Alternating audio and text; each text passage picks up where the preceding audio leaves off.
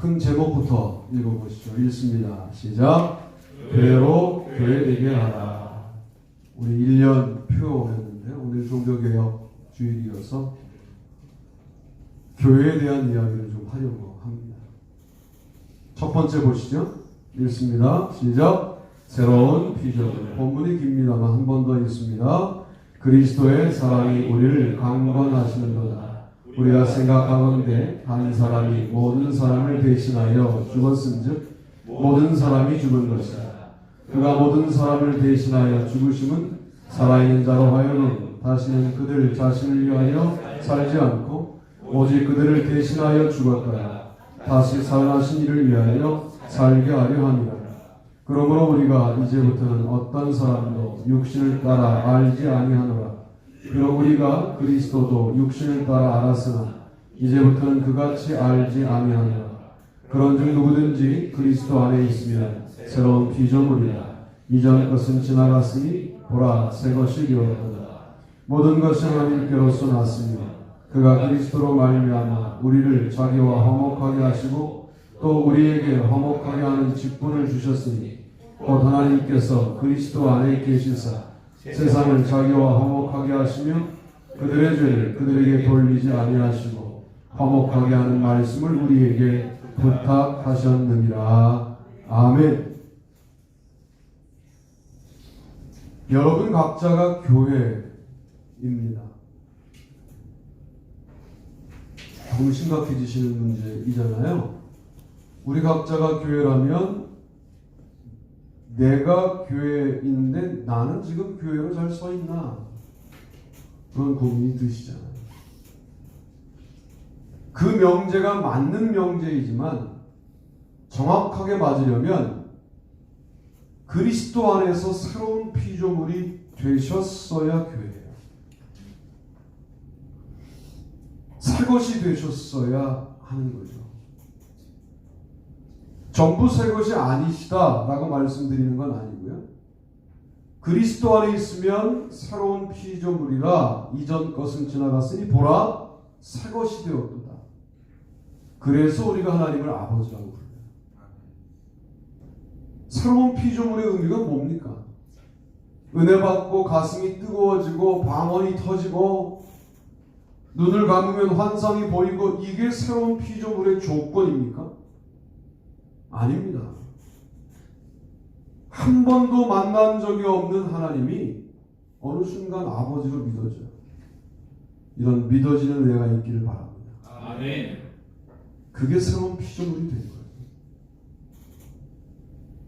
세상을 살면서 사람이 똑같아 보이죠. 그러나 한 사람은 하나님을 아버지로 믿는 사람이고 한 사람은 하나님과 상관없는 사람으로 살아가요.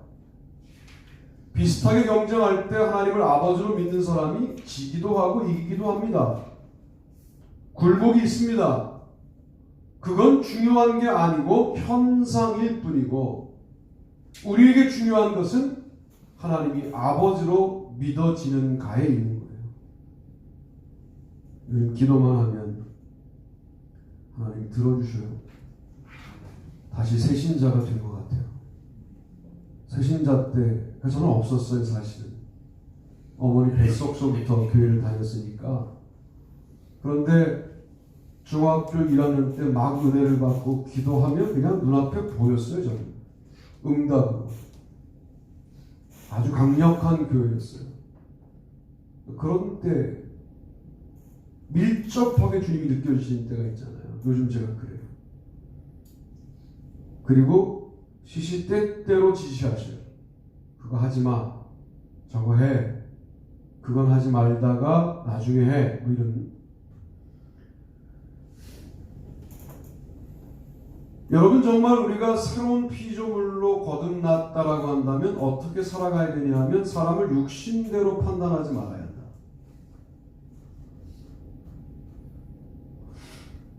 나보다 훌륭한 사람들을 만나고 살아가야 되지만 그 사람들을 판단할 때 나에게 도움이 될 것이다 라고 하는 생각으로 그 사람과 관계하기 시작하고 그 사람의 명함을 받고 관계의 망들을 열어가고 그러면 사업적으로 도움이 될 것이다.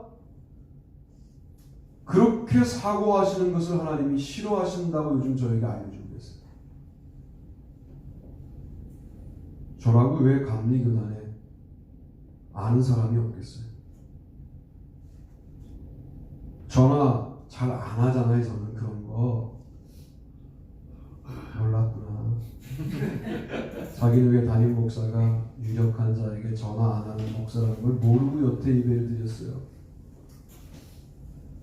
전화하고 싶은 일들이 있을 수 있죠, 저에게도. 근데 최근에 그렇게 유력한 자도 아닌 자에게 전화만 하면 꼬이는 거예요, 상황이. 그리고 뭐라고 나에게 던지시냐면, 너 나보고 일하라고 기도해놓고 네가 일하려고 하잖아 지금 하고 무척 불쾌해하시는 하나님 느껴졌어요. 그런데도 한 번 더 했어 그 일을. 인간은 그래요, 그렇죠? 한 번 더 해요. 더 불쾌하시죠. 그래서 이제는 안 하려고요. 우리가 사람을 육신대로 판단하고 의지하는 경우들이 얼마나 많습니까? 하나님이 그걸 싫어하셔요. 왜? 너는 내가 책임져 라고 지금 말씀하시는데 차마 우리 인생을 가지고 인간을 따라다니는 거죠. 그러면 새로운 피조물이 취소되진 않지만 속상해 하시는 거죠. 그래서 오늘 본문 가운데 보면 이제부터는 어떤 사람도 육신을 따라 알지 아니하노라 라고 이야기하고 있는 것이죠. 또 우리가 새로운 피조물이 되었다면 어떻게 살아가야 되느냐? 화목케 하는 직분을 실천해 가야 합니다. 내가 당신과 아름다운 관계를 유지하고 싶습니다. 그 이유는 그도 하나님의 자녀라는 사실을 깨닫게 되었으면 좋겠기에 우리가 그를 화목하게 지내려고 초청하는 거죠. 여러분, 우리가 11월 마지막 주일에 교회를 다니다가 쉬었던 분들, 교회가 뭔지 모르는 분들을 초청해서 예배를 드릴 텐데 그때 그게 화목하게 하는 역할입니다. 먼저 그들에게 하나님과 화목할 기회를 주는 것이고 우리하고도 화목을 나누도록 만드는 일을 하는 거예요. 그런 일에 승리하시게 되기를 바랍니다. 하나님과 원수된 삶을 살면서도 그 삶이 무엇인지 알지 못하고 세상에서 몇 가지 일을 이루었다고 그것이 성공인 줄 아는 참 불쌍한 사람들, 그 사람들에게 여보시오, 여기에서의 삶은 현상일 뿐이고 나중에 삶이 존재하는데 당신이 그것을 지금 알 수 없고 볼 수 없어 못 믿지만 알 수 없고 볼 수 없어도 있는 세계가 분명히 있는데 그 세계 때문에 우리가 그리스도를 믿어야 하고 주님과 더불어 동행해야 합니다. 저를 따라오시오 라고 말씀하셔야 합니다. 큰 병에 걸렸는데 큰 병의 명의를 여러분이 개인적으로 너무나 잘 알고 있고 그 명의에게 그 병든 자를 소개하면 정말 분명히 살아날 수 있다라고 하는 확신을 갖고 있는 그 명의를 알고 있는 사람이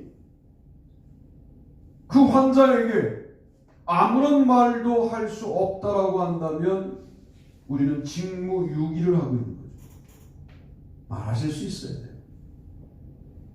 잘 살고 있는 것처럼 느껴지지만 이게 얼마나 허무한 건 줄 아냐고, 당신 얼마 남은 줄 아냐고, 인생이 알 수도 없지만 평균으로 계산해도 참 살아온 날보다 살아갈 날이 이제 적게 남은 것 같은데 이제 그 남아있는 날 동안만큼은 주님을 의지하고 살자고. 여러분, 화목하게 하는 직분을 감당하셔야 됩니다. 아멘. 이것이 새로운 피조물이 된 교회입니다. 만약 주님을 인격적으로 만난 경험이 없으시다면 주님을 인격적으로 만나는 경험을 먼저 허락해달라고 가장 절박하게 기도해야 돼요. 이게 어떤 그리움이냐면 이런 거예요. 뿌리찾기 같은 거예요. 독일 말로는 위엇셀로히카이트예요. 요즘 인간들이 왜 외로워합니까? 요즘 왜 인간들이 그렇게 괴로워합니까? 왜 방탕합니까? 왜 미쳐 돌아가는 것 같습니까? 다 뿌리가 없기 때문에. 그 뿌리가 누굴 것 같아요? 하나님이시죠. 아멘. 파스칼은 팡세란 책에서 뭐라 그래요? 베이컨시라는 말 하죠. 그 베이컨시가 뭐예요? 비어있는 부분. 인간이 아무리 노력해도 채울 수 없는 부분이 인간 안에 존재한다는 거예요.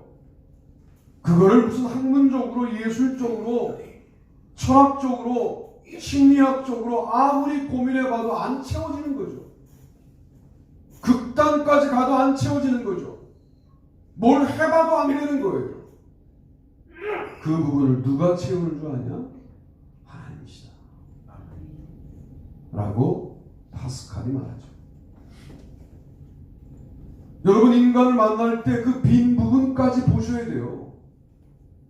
희희낙낙 만나는 게 정말 만남일까요? 아주 얕게 넓게 만났다가 이제 구원을 시도할 때는 그의 그 빈 부분을 건드려 줘야 돼요. 그거 당신 그런 마음 있지 않냐고. 해결되지 않는 문제가 있지 않냐고. 그 문제의 해답은 하나님이시라고. 먼저 여러분이 믿고 말씀하십니다. 그러시면 새로운 피조물로 화목하게 하는 역할을 감당하는 자가 되는 것이죠. 두 번째 보시죠. 읽습니다. 사랑받는 형제. 본문 읽어봅니다. 이후로는 종과 같이 대하지 아니하고 종 이상으로 곧 사랑받는 형제로 둘자라. 내게 특별히 그러하거든 하물며 육신과 주 안에서 상관된 내게. 그러므로 내가 나를 동역자로 알진대 그를 영접하기를 내게 하듯 하고 그가 만일 내게 불의를 하였거나 내게 빚진 것이 있으면 그것을 내 앞으로 계산하라. 나 바울이 친필로 쓰노니 내가 갚으려니와 내가 이외에 내 자신이 내게 빚진 것은 내가 말하지 아니하노라. 오 형제여, 나로 주 안에서 너로 말미암아 기쁨을 얻게 하고 내 마음이 그리스도 안에서 평안하게 하라. 나는 내가 순종할 것을 확신함으로 내게 했었느니 내가 말한 것보다 더 행할 줄을 아노라. 아멘. 먼저 여러분 각자가 새로운 피조물이 되는 게 교회의 시작이에요. 두 번째는 뭐냐? 거북한 형제를 어떻게 할 거냐? 이 문제로 넘어가는 거죠. 기록 순서가 그렇습니다. 고린도서가 먼저 기록되고요. 그 다음 빌레몬서가 그 다음 기록돼요. 마지막 이야기할 에베소서가 오늘 설교의 맨 마지막에 기록돼요. 이게 교회의 발전 순서에 나오는 매우 중요한 통찰력인 거죠. 거듭난 사람들의 모임이 교회이고요. 거듭난 사람들의 모임에 거북한 형제가 생겨요.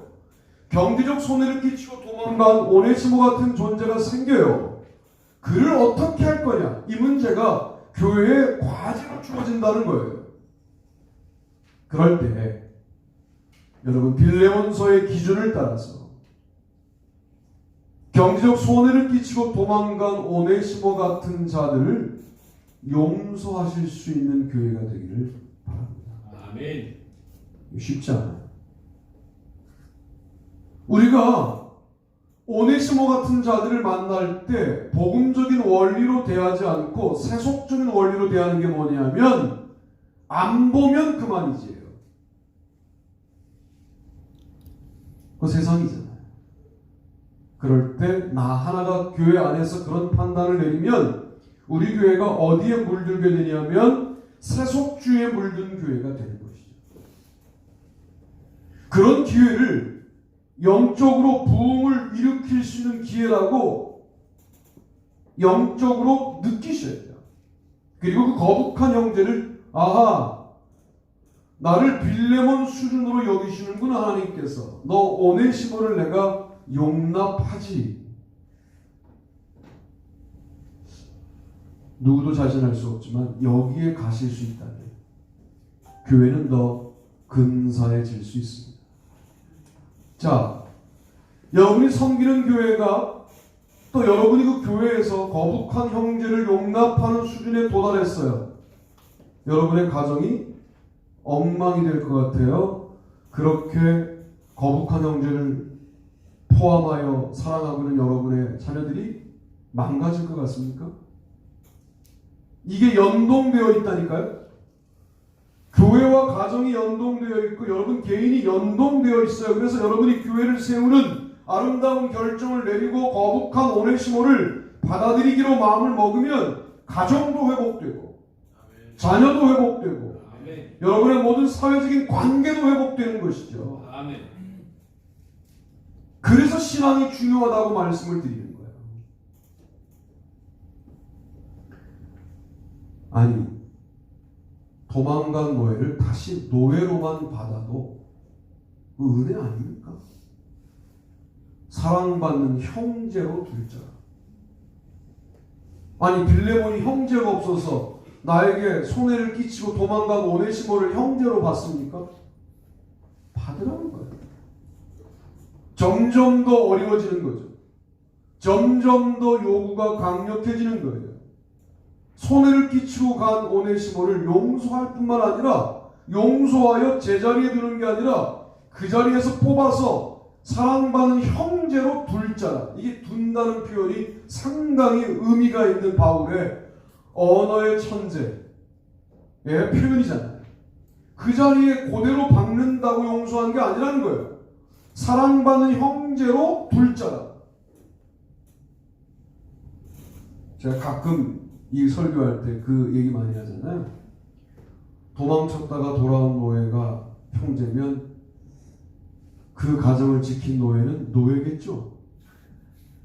이렇게 물으면 어느 신학교에서 애들이 아멘 그래요. 그래서 아멘 한 놈 나와봐. 이렇게 제가 강의를 생각하고 들어야 된다. 여러분 설교를 생각하고 들어야 돼요.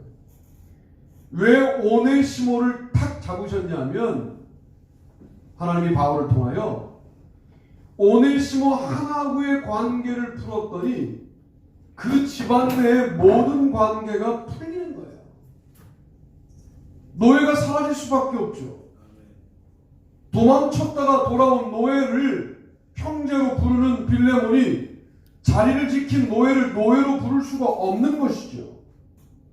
이게 멋진 교회가 되어가고 있는 거예요. 하나님 그걸 원하시는 거고 바울에게 그런 과격한 요구를 지금 그래서 하고 계신 거예요. 우리는 그저 한 형제하고의 관계를 풀었을 뿐인데 교회 전체가 달라져요. 이게 부흥의 분위기 아닙니까? 이게 새로운 교회의 갱신의 분위기 아닙니까? 각자 뜨겁다고 되는 게 아니에요. 각자 성령 받았다고 흥분한다고 되는 일이 아닙니다. 교회 전부가 그를 몇 겹으로 둘러싸서 변화시키는 놀라운 역사가 있어야 되는 거죠. 그러면 우리가 죽어서 어떤 말을 들을 거냐 하면 너는 내가 배고팠을 때 먹을 것을 목말랐을 때 마실 것을 이런 얘기를 들을 거예요. 주었다. 그 오네시모를 놓치면 너는 나랑 상관없이 살더라 그런 얘기를 들을 거예요. 사랑받는 형제로 둘자. 거기에서 멈출 것 같아요. 바울이 어떤 사람인데요? 무서운 사람이에요. 바울은 이렇게 말하죠. 그러므로 네가 나를 동역자로 알진대 그를 영접하기를 내게 하듯 하고 그가 너에게 불의를 행했거나 빚진 것이 있으면 내 앞으로 계산해라. 그런데 너 나에게 신세진 거 많은데 나 그거 갚으라고 한 적 없다. 이렇게 하는 거죠. 아니 도망쳤다 돌아오면 노예로 하면 우리는 모든 관계가 회복된 거 아니에요. 그런데 형제로 안 멈추죠? 동역자로 받으라는 동역자. 그러면서 뭐라 그래요? 내게 하듯 해라. 오네시모를 바울을 대하듯 대하라. 이 과격해도 이렇게 과격할 수 있습니까? 빌레몬이 그건 아니죠. 이렇게 할 수 있는 부분이 이 지점이잖아요. 내가 다 순종하지만 그건 너무 심하시죠. 이럴 수 있잖아요. 그런데 빌레몬도 멋있어요. 그렇게 바울처럼 돼야죠. 확인 사살을 하죠. 바울이. 너는 늘 내가 말하면 순종해 왔는데 내가 말한 것 이상을 하던 거 내가 이번 경우에도 기대한다. 그러면 어떻게 하는 거예요? 바울 이상으로 대하라는 거예요. 나는 바울처럼 대하라는 정도로 얘기했지만 나 이상으로 네가 대하기를 바란다는 거예요. 왜? 너는 늘 내가 말한 것 이상을 읽어내고 말한 것 이상을 실천하는 그런 멋진 동역자였으니까 너 그렇게 할 수 있지? 라고 지금 요구하고 있는 거죠. 저는 이게 교회라고 말씀드리고 싶어요. 일주일에 한 번 만나서 그저 안부 이야기를 나누고 헤어지는 것 이걸로 우리가 모두 이루어지는 것이 교회일 수 없어요. 한 번 만나는 게 어려우면 여러 번 여러분 연락하시고 문자하시고 전화하시고 걱정하시고 기도하시고 주님은 그런 교회에 응답의 역사를 부어주시는 거예요. 우리 교회가 그런 교회 되기를 바랍니다. 아멘. 마지막 세 번째는 읽어보시죠. 시작. 둘로 하나. 본문도 있습니다. 이제는 전에 멀리 있던 너희가 그리스도 예수 안에서 그리스도의 피로 가까워졌느니라. 그는 우리의 화평이신지라.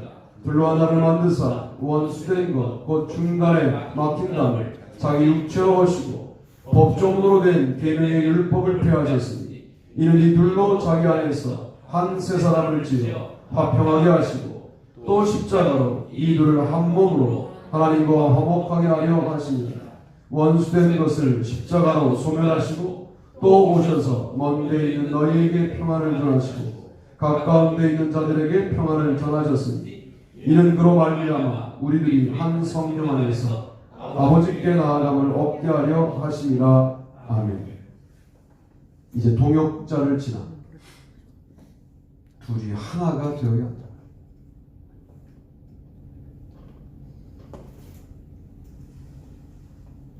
오늘 차 안에서 큰형님하고 한국교회 문제점 이야기하고 토론하면서 옛날 생각이 났어요. 신학교 1학년 때 수업만 마치고 오면 신학적인 대화를 저와 시도하셨던 여러분, 우리가 하고 싶은 교회가 뭡니까? 뭘 하고 싶으세요? 마가복음의 성김과 봉사, 마태복음의 교육과 양육, 누가복음의 전도와 선교, 요한복음의 예배와 영성. 그래서 수업아 어떻게 할 건데? 방법을 어떻게 할 거예요? 이거예요. 여러분 이걸 믿으셔야 돼요. 따라합시다. 둘이 하나가 될 수 있다. 할렐루야. 아멘. 우리 교회가 추구하는 교회론의 핵심이 뭐냐면 둘이 하나가 될 수 있다. 성령 안에서.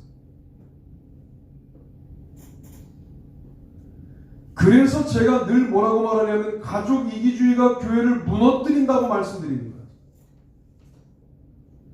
뭐니 해도 내 새끼가 최고죠. 그걸 기반으로 확장해 가자. 그 감정이 어느 날 남의 집 아이에게도 전이 되는 것을 우린 은혜라고 정의해야 돼요. 내 자녀를 위해서 기도하던 내 기도가 이 기도를 멈추고 이쪽으로 가자는 말이 아니라 확장하여 저쪽까지 가보자. 이게 우리 교회의 핵심이에요. 이게 교회인 거예요. 이 하나님의 마음과 진심이 통용되지 않으면 우리 교회는 어려워질 거예요. 이 경험에 관련하여 여러분 의심하시면 이게 인본주의가 들어오고 세속주의가 정복하는 거예요. 잘 보세요. 저의 그림을. 새로운 피조물이 되어 내가 거룩한 형제를 받아요. 그리고 그와 하나가 되어 이게 교회가 진행되어 나가는 한 단락의 모습인 거예요. 자, 둘이 하나가 된 큰 하나가 있겠죠. 그걸 A라고 합시다. 저쪽도 내가 먼저 상온 피조물이 되어 거북한 형제를, 나와 다르잖아 거북한 형제가. 그를 만나요. 사랑받는 형제로 둬요. 동역자로 둬요. 그들이 하나를 이루어요. B라고 합시다. A하고 B가 다시 뭘 경험해야 돼요? 둘이 하나가 된 상태에서 이제 또 다른 생명체가 된 이들이 주님을 다시 만나 상온 피조물이 되고, 또 거북한 그 어떤 그룹을 만나는 거죠. 둘이 하나를 이룬 그룹을 만나서 사랑받는 형제로 두고 다시 사랑하여 넷이 하나가 된 큰 A 다시가 만들어지고, 그 넷과 또 다른 넷이 만나 또 다른 형태의 모임들이 이루어지게 됩니다. 이해가 됐기를 바랍니다. 이게 성령님이 우리 교회에 원하시는 부흥의 모습이에요. 모든 사람을 영혼으로 대하셔야 돼요. 내 친구니까 뭐 전화하면 교회 나오겠지 이렇게 하지 말고, 영혼의 떨림으로 그 사람을 바라보면서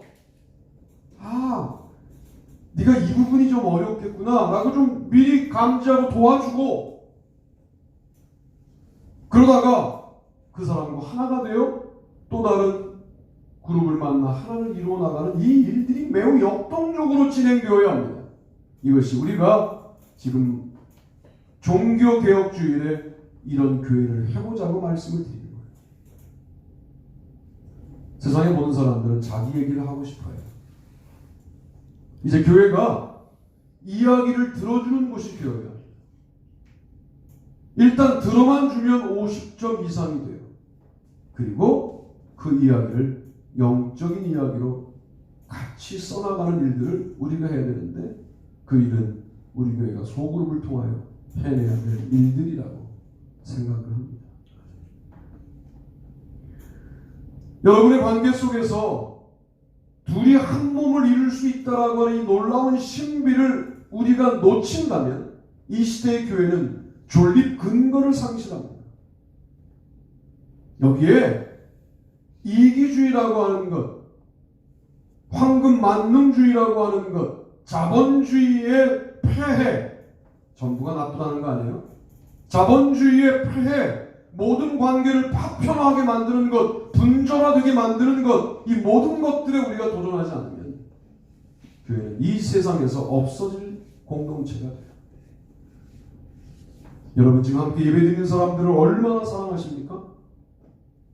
우리에게 그 사랑을 회복시켜 달라고 기도하셔야 돼요. 이게 짧게 보면 별거 아닌 것 같죠?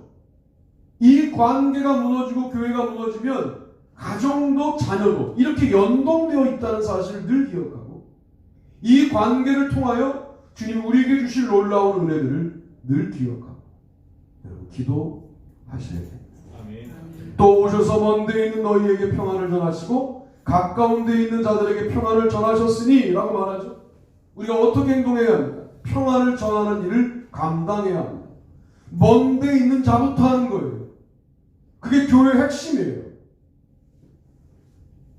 저에게 가까이 있는 분들은 장로님들이죠. 권사님들이죠. 젊은 분들이죠.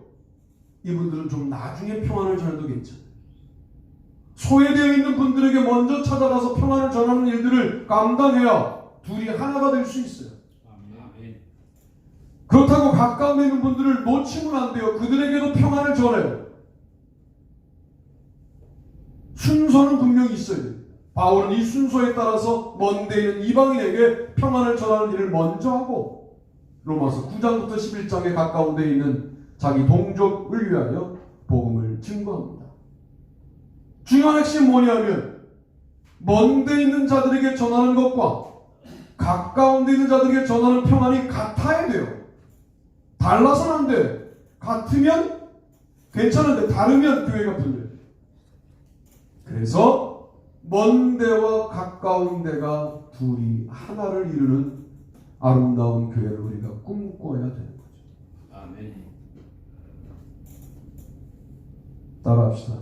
사람은 말씀으로 말씀으로 분명 분명 하나가 하나가 될 수 있다. 될 수 있다. 아멘. 할렐루야. 아멘.